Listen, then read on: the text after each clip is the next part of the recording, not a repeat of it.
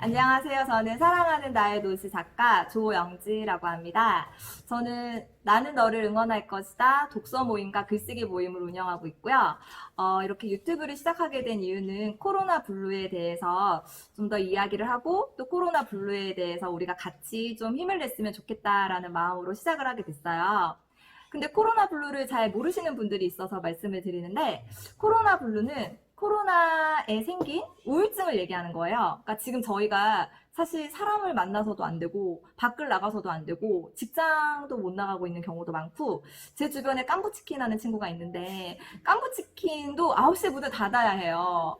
깐부치킨은 9시부터 피크인데 말이죠. 그래서 사실 너무 이게 나의 일상생활에 큰 타격을 받다 보니까 이게 우울증으로 다가오는 경우가 있더라고요. 근데 코로나 블루는 사실 막 우울해지는 게 아니에요. 우울해지는 게 아니라 그냥 모든 일상에 대해서 무기력해지는 게 가장 큰 증상이고 내가 왜 우울해지는지도 모른 채 계속 그냥 바닷속을 헤매는 것처럼 계속 그 우울한 기분에 빠지는 거예요.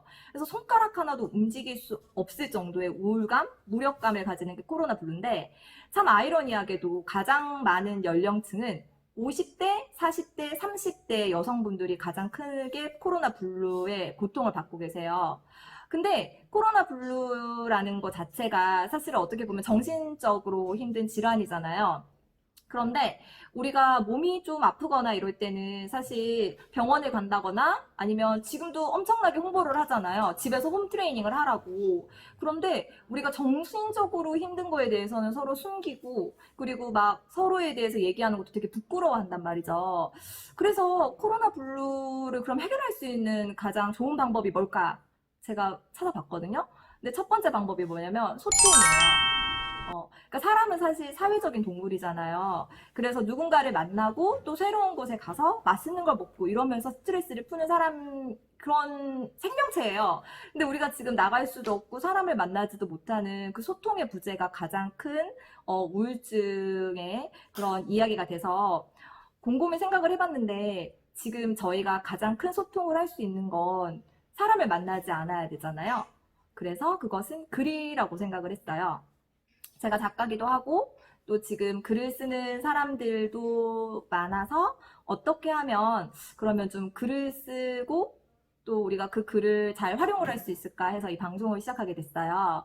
근데 제가 가장 많이 받는 질문이 뭐냐면 그럼 글을 어떻게 써야 되는지 가장 많이 물어보시거든요. 근데 글을 쓰는 방법은 딱 하나예요. 그냥 일단 쓰는 거예요. 지금 이 자리에 앉아서 글을 쓰라고 제가 말씀을 드리면 아마 100분 중에서 한두 분밖에 글을 쓰지 않아요. 그 정도로 글을 쓴다라는 건 되게 힘들고 또 되게 하기 힘든 거잖아요. 그 저도 알고 있거든요. 근데 저는 딱 힘들 때 글을 세 줄만 쓰자고 생각을 하고 펜을 잡거든요. 그러면 세 줄로 끝나지 않아요. 무조건 한 페이지는 넘어가더라고요. 그래서 글을 쓴다라는 건 일단 첫 번째 책상 앞에 앉아라 라고 시작을 하고 싶어요. 그 다음에 두 번째, 그러면 글을 어떻게 쓰나요? 라고 물어보면 우리 여자분들 쇼핑 되게 좋아하잖아요. 그렇잖아요. 근데 쇼핑을 할 때는 저희가 원피스만 사지 않아요. 원피스를 사고 액세서리를 사고 신발을 사고 백을 사고 다 조화를 맞추잖아요. 글쓰기도 똑같거든요. 아이템을 찾은 다음에 그 아이템을 조화롭게 또 내가 쓰고 싶은 걸 되게 자연스럽게 예를 들어서 패션 테러리스트를 보면 굉장히 경악할 정도의 이상한 좀 오바스러운 옷을 입잖아요. 근데 되게 옷을 잘 입는 연예인들이 보면 되게 자연스러우면서 그 중에 포인트 하나가 딱 들어가게 옷을 입잖아요. 그런 것처럼 글을 쓰면 돼요. 예를 들어서 되게 자연스러운데 딱 포인트가 하나만 있을 정도의 포인트. 그러니까 운동을 할 때 제일 중요한 게 힘을 빼는 거거든요. 제가 골프를 되게 좋아하는데 골프에서도 제일 힘든 게 힘을 빼는 거예요. 힘을 빼면 그 다음에 한 번에 임팩트만 주게 되면 되게 비거리가 많이 나가거든요. 그것처럼 이 글 쓰실 때도 일단 힘을 빼고 내가 자연스럽게 글을 쓰되 하나의 임팩트를 찾는다라는 생각으로 쓰면 좋을 것 같아요.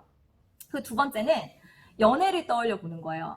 예를 들어서 내가 연애를 하고 있다고 생각을 하면 자연스럽게 관심과 애정이 가잖아요. 꼭 말하지 않아도 내가 먼저 연락하게 되고 또 자주 보게 되잖아요. 그런 것처럼 내가 쓴 글에 대해서 애정을 가지게 되면 계속 그 글이 너무너무 소중하게 느껴지고 또 정성이 자연스럽게 들어가게 되거든요. 그래서 글을 쓸 때 이 글을 연애를 한다고 생각을 해보시면 자연스럽게 관심과 애정이 갈 거예요. 그리고 세 번째는 로또를 맞은 걸 생각을 해보세요. 제가 사실은 얼마 전에 청약이 됐는데요. 저 너무 좋은 거예요. 정말 세상이 달라 보였거든요. 근데 예를 들어가지고 제가 글을 썼어요. 글을 썼는데 공모전을 냈는데 공모전에서 상금 1,000만 원이 당선이 될 수도 있고, 책을 발간을 했는데 책 발간이 베스트셀러가 돼서 인세가 한 달에 1,000만 원씩 나올 수도 있는 거예요. 그 사람 일은 아무도 알 수 없는 거거든요.